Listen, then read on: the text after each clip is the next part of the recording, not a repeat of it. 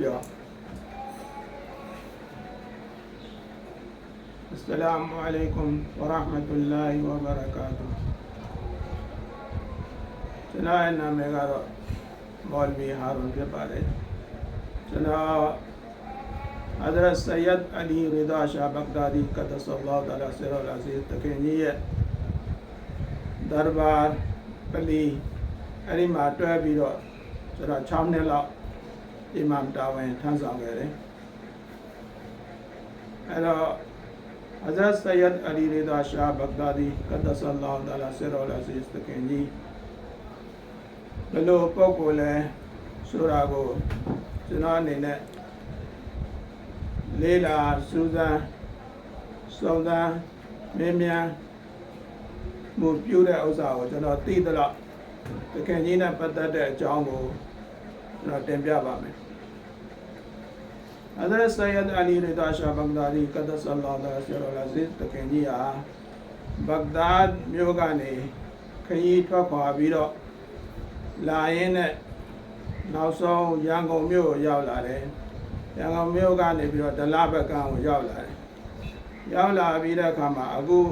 မဇာရှိတဲ့အခုတရကာရှိတဲ့နေရာမှာအရင်တော့ဆိုလို့ရှိရင်ဝယုံတော်ကြီးဖြစ်တယ်အဲ့ဒီမှာဘာမှမရှိဘူးဝယုံနေပဲအကောင်လုံးဝယုံနေပဲရှိတယ်အဲ့တော့ဒီတော်စင်ကြီးဟာအဲ့ဝယုံတော်ထဲမှာနေပြီးတော့တရားဘာဝနာစီးဖြန်းတယ်နော်အဲ့ဒီမှာပဲနော်ဇီကရ်ဘာဝနာပြုပြီးတော့နေထိုင်တယ်အဲ့ဒီဝယုံတော်ရဲ့ဘေးနားမှာတဲရှိတယ်အဲ့ဒါကဟိန္ဒူမိသားစုတွေနွားမွေးတဲ့တဲဖြစ်တယ်အဲ့ဒီဟိန္ဒူမိသားစုနွားမွေးတဲ့အဲ့ဒီတဲနဲ့ဒီသခင်ကြီးဒီတရားဘာဝနာစီးဖြန်းတဲ့နေရာနဲ့ဆိုလို့ရှိရင်နီးနီးလေးပဲကတ်နေတယ်အဲ့တော့ဒီတဲကဟိန္ဒူအမျိုးသားကဒီသခင်ကြီးကိုမြင်နေရတယ်သခင်ကြီးတရားဘာဝနာစီးဖြန်းတာတွေနောက်သခင်ကြီးရဲ့လှုပ်ရှားမှုတွေအကုန်လုံးကိုသူကမြင်နေရတယ်အဲ့တော့ဒီဟိန္ဒူအမျိုးသားရဲ့မြည်ဖြစ်တယ်အဲ့ဒီမြည်ဖြစ်တဲ့အမျိုးသမီးကကျွန်တော်ကိုဒီအကြောင်းကိုပြောပြတယ်ဘယ်လိုပြောပြလဲဆိုလို့ရှိရင်ဒီသူတို့အဖိုးကဒီသခင်ကြီးနဲ့သူနိနိကကရှိနေတဲ့ပုံမှာသူအများအားမြင်နေရတဲ့ပုံမှာဒီသခင်ကြီးနဲ့ပတ်သက်ပြီးတော့ထူးခြားချက်တွေသူမြင်ရတဲ့ဥစ္စာတွေကိုသူမသိခင်မှာသူ့သားကိုပြောပြသွားတယ်အဲ့တော့သူ့သားကနေပြီးတော့အခုကျွန်တော်ကိုပြောပြတဲ့သူ့သမီးကဒီအဖိုးကသူ့သားကိုပြောတယ်သူ့သားကသူ့သမီးကိုပြောတယ်အခုကျွန်တော်ကိုပြောပြနေတာမီးအမျိုးသမီးဖြစ်တယ်အဲ့ဒီဟိန္ဒူအမျိုးသားရဲ့မီးဖြစ်တယ်အဲ့တော့လက်ဆင့်ကမ်းပြီးတော့သူ့အဖိုးကနေသူ့အဖေကိုပြောပြတယ်သူ့အဖေကနေမဆုံးခင်သူတို့ကိုပြောပြသွားတယ်ဆိုပြီးတော့သူ့အနေနဲ့ပြောပြတယ်ဘယ်လိုပြောပြလဲဆိုလို့ရှိရင်ဒီဟိန္ဒူအမျိုးသားဟာဒီသခင်ကြီးအဲ့ဒီမှာတရားဘာဝနာစီးပြားနေတာဇီကရ်တောက်နေတာသူအမြဲတမ်းမြင်တွေ့နေရတယ်နော်နောက်တချို့လူတွေကျမ်းမာရေးမကောင်းတဲ့လူတွေသခင်ကြီးစီကိုရောက်လာတယ်သခင်ကြီးမန်းမှုတ်ပေးလိုက်တယ်ကောင်းသွားတယ်တော်တော်များများလူတွေအဲ့ဒလလူတွေလာကြတယ်အဲ့တော့အဲ့ဒီချိန်တုန်းကဒလမှာစေယုံစေကန်းဆိုတာမရှိဘူးတကယ်လို့လူနာဟာတော်တော်အသက်အတန်ဖြစ်လို့ရှိရင်ဒီလက်ခတမန်နဲ့ဟိုဘကန်းကိုတွားပြီးတော့စေယုံကိုတွားရတာအဲ့တော့ဒီလူနာတယောက်ကတော်တော်အသက်အတန်ဖြစ်နေတဲ့လူနာတယောက်ကဒီဘကန်းနဲ့ဟိုဘကန်းကိုမရောက်ခင်အရင်မှာလမ်းမှာဆုံးသွားနိုင်တယ်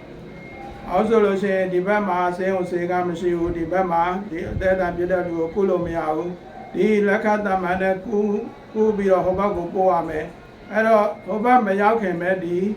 လူနာကဆုံးသွားနိုင်တယ်အဲ့တော့ဒီလူနာတွေကတော်တော်လေးကိုစိတ်တော့ကရောက်ပြီးတော့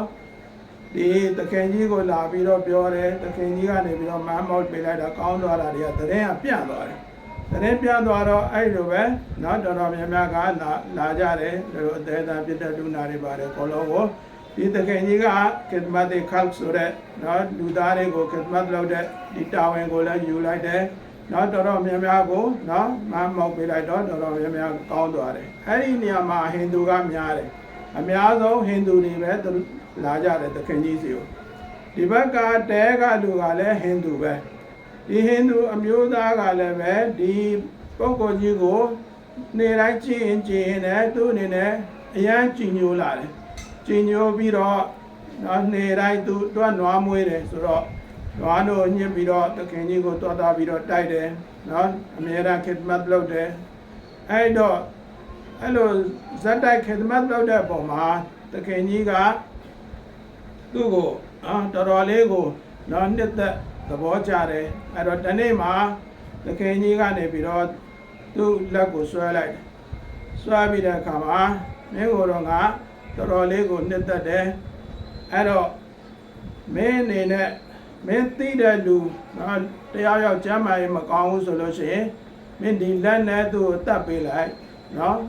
အလားမိန်နဲ့ကောင်းသွားလိမ့်မယ်နော်ဆိုပြီးတော့အဲ့လိုပြောတယ်အဲ့တော့သူက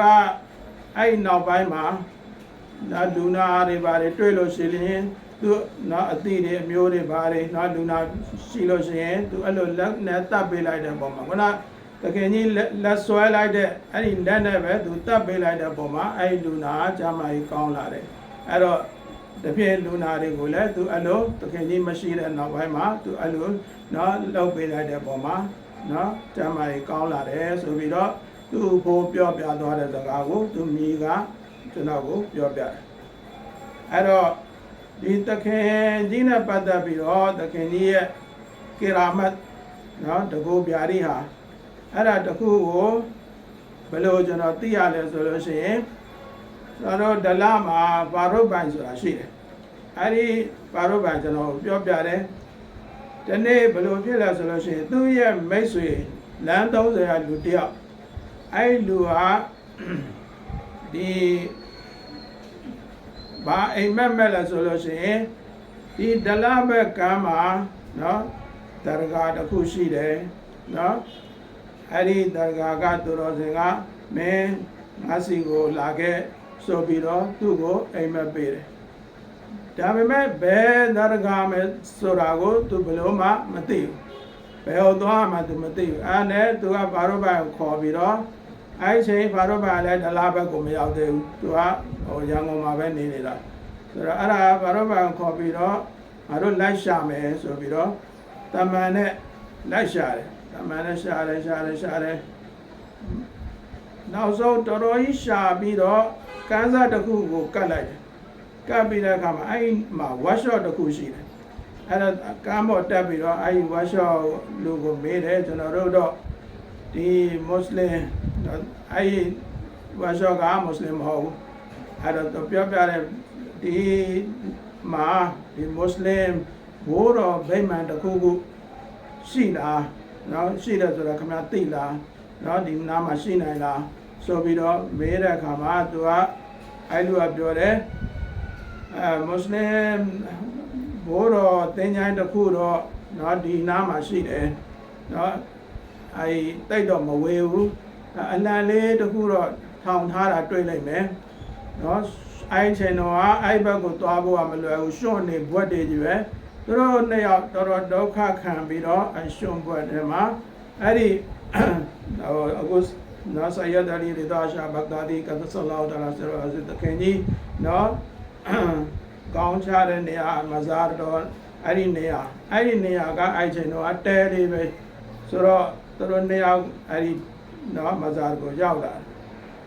တဲ့အခါမှာဒီမဇာကိုဝင်မဲ့ချိန်မှာလူတယောက်ကအဲ့မှာရက်နေတယ်သူတို့ကတော့ဒီဟာလူပဲဆိုပြီးတော့အမှုမှန်သွားထိုင်လိုက်တယ်သူတို့အချိုတွေလည်းဝဲလာတယ်အချိုတွေချပြီးတော့အဲ့လူကလည်းပဲအနာမှာရှိတယ်အချိုတွေချပြီးတော့သူ့ကိုဖတ်ခိုင်းလိုက်မယ်ဆိုပြီးတော့ပါတရားဖတ်ခိုင်းလိုက်မယ်ဆိုပြီးလက်ကြည့်တာဒီလူကမရှိတော့သူတို့လိုက်ရှာတယ်ရှာအဲ့နာမှာရှာတယ်ကြတယ်မတွေ့ဘူးအရောက်တော့မှမသိအဲ့နဲ့သူတို့ ပါတရားသွားသူတို့ဖတ်လိုက်တယ်ဖတ်ပြီးတော့သူတို့ပြန်ထွက်တဲ့အချိန်မှာအဲ့ဒီလူဟာအဲ့ဒီတကားနာမှာပဲအဲ့နာမှာပဲရက်နေတယ်ရက်နေတယ်သူတို့ပြောတယ်မေတ္တာပြီးပြီလားဆိုပြီးပြောဟုတ်ကဲ့ပြီးပြီဆိုပြီးတော့သူတို့ကောင်းတော့တတ်တယ်ကောင်းပုတ်တတ်ပြီတယ်အဲ့ဒါသူတို့ကရှေ့တလန်း2လန်းလောက်သူတို့ဆက်သွားလိုက်တဲ့ကောင်သတိရတယ်ဟာဒါဘာပဲဖြစ်မယ်ဆိုပြီးလှည့်ပြီးကြည့်လိုက်တဲ့အခါမှာမရှိတော့ဆိုတော့အဲ့တော့ဒီပုဂ္ဂိုလ်ကြီးဒီသူတော်စင်ကြီးပဲဆိုပြီးတော့သူတို့လုံးဝယတိပြတွက်လိုက်တယ်ဒါဒီမဇာရကသူတော်စင်ကြီးပဲငါတို့တွေ့လိုက်တာနော်ပထမတွေ့တယ်နောက်ပျောက်သွားတယ်အခုပြန်ကနေတွေ့တယ်လှည့်ကြည့်တော့ပျောက်သွားတယ်အဲ့ဒါနဲ့သူတို့ကရန်ကုန်ဘက်ကိုကူးမယ်ဆိုပြီးတော့အဲဒီတမန်နဲ့လာလိုက်လာပြီးတော့ဒီဘက်ကမ်းကိုရောက်တဲ့အခါမှာဒီလမ်း30ကလူကဒီတမန်ကနေပြီးတော့ဘောဓရာဘောကိုတက်တဲ့အခါမှာချော်ပြီးတော့ရေထဲကိုပြုတ်ကျသွားရေအောက်ကိုရောက်သွားတယ်သူဟိုအောက်ကိုရောက်နေပြီအဲ့ဒီအချိန်မှာဒီပုဂ္ဂိုလ်ကနေပြီးတော့နော်ဒီသူတော်စင်ကြီးကနေပြီးတော့လက်ကိုကင်ပြီးတော့အပေါ်ကိုဘောဓရာဘောတင်ပေးလိုက်သူလည်းကြောင်သွားတယ်နော်ကြည့်လိုက်တော့လည်းဘာမှလည်းမစိုးဘူးအင်းကြီးလည်းမစိုးတယ်ရေထဲကိုတော့သူကြာသွားတယ်ဟိုအောက်ရောက်သွားတယ်ဒီပုဂ္ဂိုလ်ကြီးဟာသူ့ကိုနော်ဆွဲပြီးတော့တင်ပေးလိုက်တယ်သူကြည့်လိုက်တော့ဘာမှရေတစ်စက်နော်စိုးနေတာလည်းသူမတွေ့ဘူးသူတော်တော်အံ့ဩသွားတယ်ဒါကနော်ဟဇရတ်ဆယတ်အလီရဒါရှာဘဂဒါဒီကသဆလလောတာဆလလာဇီးတခင်ကြီးကနေပြီးတော့သူ့ကိုကယ်လိုက်တာနော်အဲ့တော့ဒါတခင်ကြီးရဲ့ကေရာမတ်လို့ပြောလို့ရတယ်နော်အဲ့ဒီကေရာမတ်ကိုလည်းနော်ခုနဘာလို့ပိုင်ရပဲပြောပြတယ်အဲ့ဒါကိုသိရတယ်အဲ့တော့တခင်ကြီးအကြောင်းပြီးတဲ့အခါမှာဒီတခင်ကြီးရဲ့ခြေရင်းမှာဒိလ်မိုဟမ္မဒ်ဘာဘာဆိုတာနော်တခင်ကြီးရဲ့ခြေရင်းညာဘက်မှာနော်ဒိလ်မိုဟမ္မဒ်ဘာဘာဆိုတာရှိတယ်အဲ့ဒီပုဂ္ဂိုလ်ကဘာတူလဲအဲ့ဒီပုဂ္ဂိုလ်နဲ့ပတ်သက်ပြီးတော့အဲ့ဒီပုဂ္ဂိုလ်ကိုမှီတဲ့အဖွားကြီးတယောက်စိတ်ကြီးခဏောင်းတော့မှရှိတယ်အသက်60ကျော်သွားပြီစိတ်ကြီးခဏောင်းတော့မှရှိတယ်သူကိုယ်တိုင်ပြောပြတာဒီဒိလ်မိုဟမ္မဒ်ဘာဘာသူကိုယ်တိုင်အဲ့တော့သူငယ်တယ်နော်သူကိုယ်တိုင်မြင်ရတယ်သူကိုယ်တိုင်အကြောင်းဆုံးသူကိုယ်တိုင်သိရတယ်သူကိုယ်တိုင်မြင်ရတဲ့အကြောင်းကိုပြောပြတယ်တော့ဘယ်လိုပြောပြလဲဆိုလို့ရှိရင်ဒီဒိလ်မိုဟမ္မဒ်ဘာဘာကအရင်တော့ကသူကမွတ်စလင်တယောက်မဟုတ်ဘူးသူကဟိန္ဒူတယောက်သူကဗမာနေလဲဒီရန်ကုန်မြို့နော်အလုံးမြို့နယ်မှာနော်မိသားစုနဲ့အတူတူနေတဲ့ပုဂ္ဂိုလ်တယောက်နော်သူဒီဟိန္ဒူဒီသူ့နာမည်ကအဲ့ကျန်တော့ကမူတီလာလို့ခေါ်တယ်ဒီမူတီလာကသူ့မိသားစုနဲ့အတူတူဒီအလုံးမြို့နယ်မှာနေတယ်အဲ့လိုနေရင်းနဲ့ဒါကဟို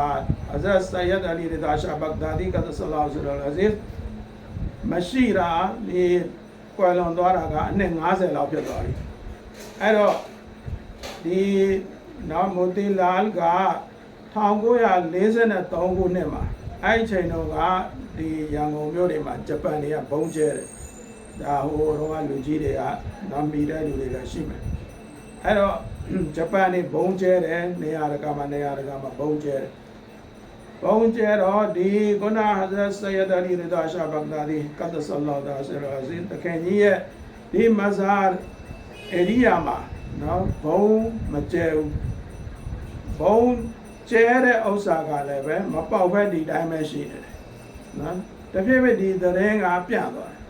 တယ်သတင်းကပြန့်သွားပြီးတော့ဒီရန်ကုန်ဘက်ကလူတွေကလည်းကြားတယ်နော်အဲ့ဒီနေရာမှာနော်ဘုံကြရင်လည်းဘုံမပေါက်ဘူးဆိုပြီးတော့သူတို့အနေနဲ့သိရတဲ့ပုံမှာဒီအလုံးမျိုးနယ်ကဒီမူတီလာတို့မိသားစုကလည်းဒါသိသွားတယ်သိတော့ကဲတို့ဒီမှာနေရင်တော့တို့ဘုံ